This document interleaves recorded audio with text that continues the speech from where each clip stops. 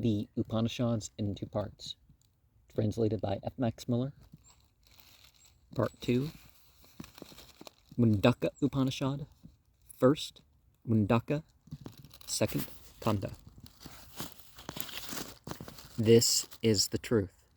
The sacrificial works which they, the poets, saw in the hymns of the Veda have been performed in many ways in the Treta age. Practice them diligently, ye lovers of truth. This is your path that leads to the world of good works. When the fire is lighted and the flame flickers, let a man offer his oblations between the two portions of melted butter as an offering with faith.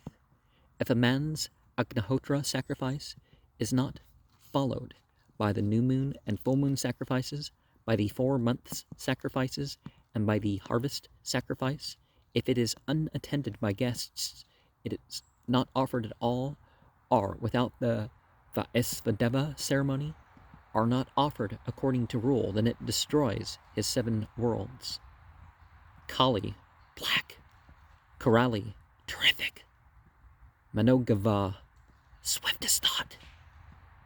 Sulohita, very red. Sudhumravarna, purple. Sfulingeni, sparkling. And the brilliant Visvarupi, having all forms. All these playing about are called the 7 tongues of fire. If a man performs his sacred works when these flames are shining, and the oblations follow at the right time, then they lead him as sun rays to where the one Lord of the Devas dwells. Come hither, the brilliant oblations say to him, and carry the sacrificer on the rays of the sun, while they utter pleasant speech and praise him, saying, This is thy holy Brahma world, Svarga, ganged by thy good works, but frail in truth are those boats, the sacrifices, the 18, in which this lower ceremonial has been told. Fools who praise this as the highest good are subject again and again to old age and death. Fools dwelling in darkness, wise in their own conceit, and puffed up with vain knowledge, go round and round, staggering to and fro, like blind men, led by the blind. Children, when they have long lived in ignorance, consider themselves happy, because those who depend on their good works are, owing to their passions, improvident. They fall and become miserable when their life, in the world which they have gained by their good works, is finished. Considering sacrifice and good works as the best, these fools know no higher good, and having enjoyed their reward on the height of heaven, gained by good works, they enter again this world, or a lower one. But those who practice penance and faith in the forest, tranquil, wise, and living on alms, depart free from passion through the sun to where that immortal person dwells, whose nature is imperishable. Let a Brahmana, after he has examined all these worlds which are gained by works, acquire freedom from all desires. Nothing that is eternal, not made, can be gained by what is not eternal, made. Let him, in order to understand this, take fuel in his hand and approach a guru who is learned and dwells entirely in Brahman. To that pupil who has approached him respectfully, whose thoughts are not troubled by any desires, who has obtained perfect peace, the wise teacher truly told that knowledge of Brahman through which he knows the eternal and true person. And we've obtained peace because the dog has stopped barking, right? Verse 11, the imperishable, that person is Haranigarba. His immortality is relative only. It lasts no longer than the world. Samsara.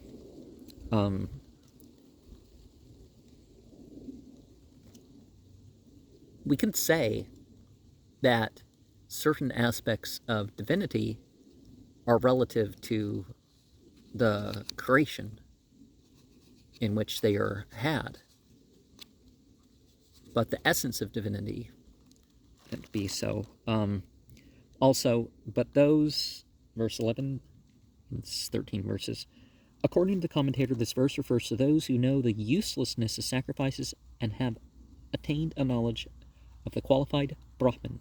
They live in the forest as vanaprasthas and samnyasins, practicing tapas, whatever is proper for their state, and shraddha, a knowledge of Hiranyagarbha. The wise are the learned grihasthas, while those who live on alms are those who have forsaken their family. Blind men led by the blind, verse 8. See the Mundaka Upanishad 2.5.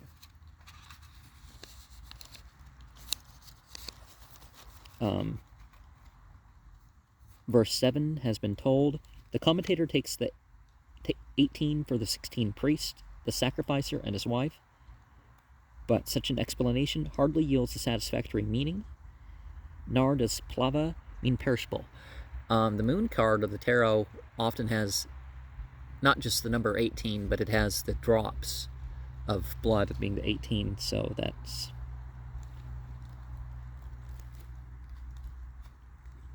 And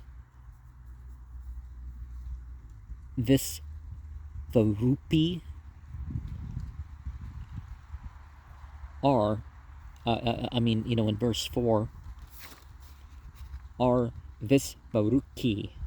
If there is any authority for this reading in Mahivara's commentary to the Vagas, Samhita 1779, the Raja of Besma's edition has Visvaruki, which is also the reading adopted by Ramamohan Roy. See the Complete Works, Volume 1, page 579. And verse 3, the 7 worlds form the rewards of a pious sacrificer. The first is Bu, the last, Satya. The 7 worlds may also be explained as the worlds of the father, grandfather, and great-grandfather, of the son, of the grandson, and great-grandson, and of the sacrificer himself. And also in verse 3, at the Agnihotra, the first of all sacrifices, and the type of many others, 2 portions of Agya are sacrificed on the right and left side of the Ahavaniya altar. The place between the 2 is called the Avapasthana, and here the oblations to the entities are to be offered. There are 2 oblations in the morning to Surya and Pragapata, 2 in the evening to Agni and Pragapata. Other sacrifices such as Dartha and Purnamasa and those mentioned in verse 3 are connected with Agnihotra. And the world of good works, in verse 1, Savakreta and Sukreta are constantly interchanged. They mean the same. Good deeds are deeds performed by oneself and believed to be good. Because, of course, things have more merit if you're doing good, knowing you're doing good, right? Practice them. Same verse. The termination tha for ta looks suspiciously Buddhistic. See the Sanskrit text discovered in Japan, JRAS, 1880, page 180. The Treta age, the Yuga, is frequently mentioned as the age of sacrifices. I should prefer, however, to take Treta in the sense of Treyi Vidya and Santata as developed, because the idea that the Treta age was distinguished by its sacrifices seems to me of later origin. Even the theory of the 4 ages or yugas, though known in the Aitareya Brahmana, is not frequently alluded to in the older Upanishads. See Weber's Studien 1, page 283. Well, the different ages could be the ages separating themselves from the revelations being received. So that first generation, the second generation, the third generation, the fourth generation, are some equivalent idea therein, and then things are restored, like the Bhagavad Gita talks about, and then I'm, incarnating, and, because they have the Bhagavad Gita being received is supposed to be the start of the In the beginning of the second kanda, the lower knowledge is first described, referring to the performance of sacrifices and other good deeds. The reward of them is perishable, and therefore a desire is awakened after the higher knowledge.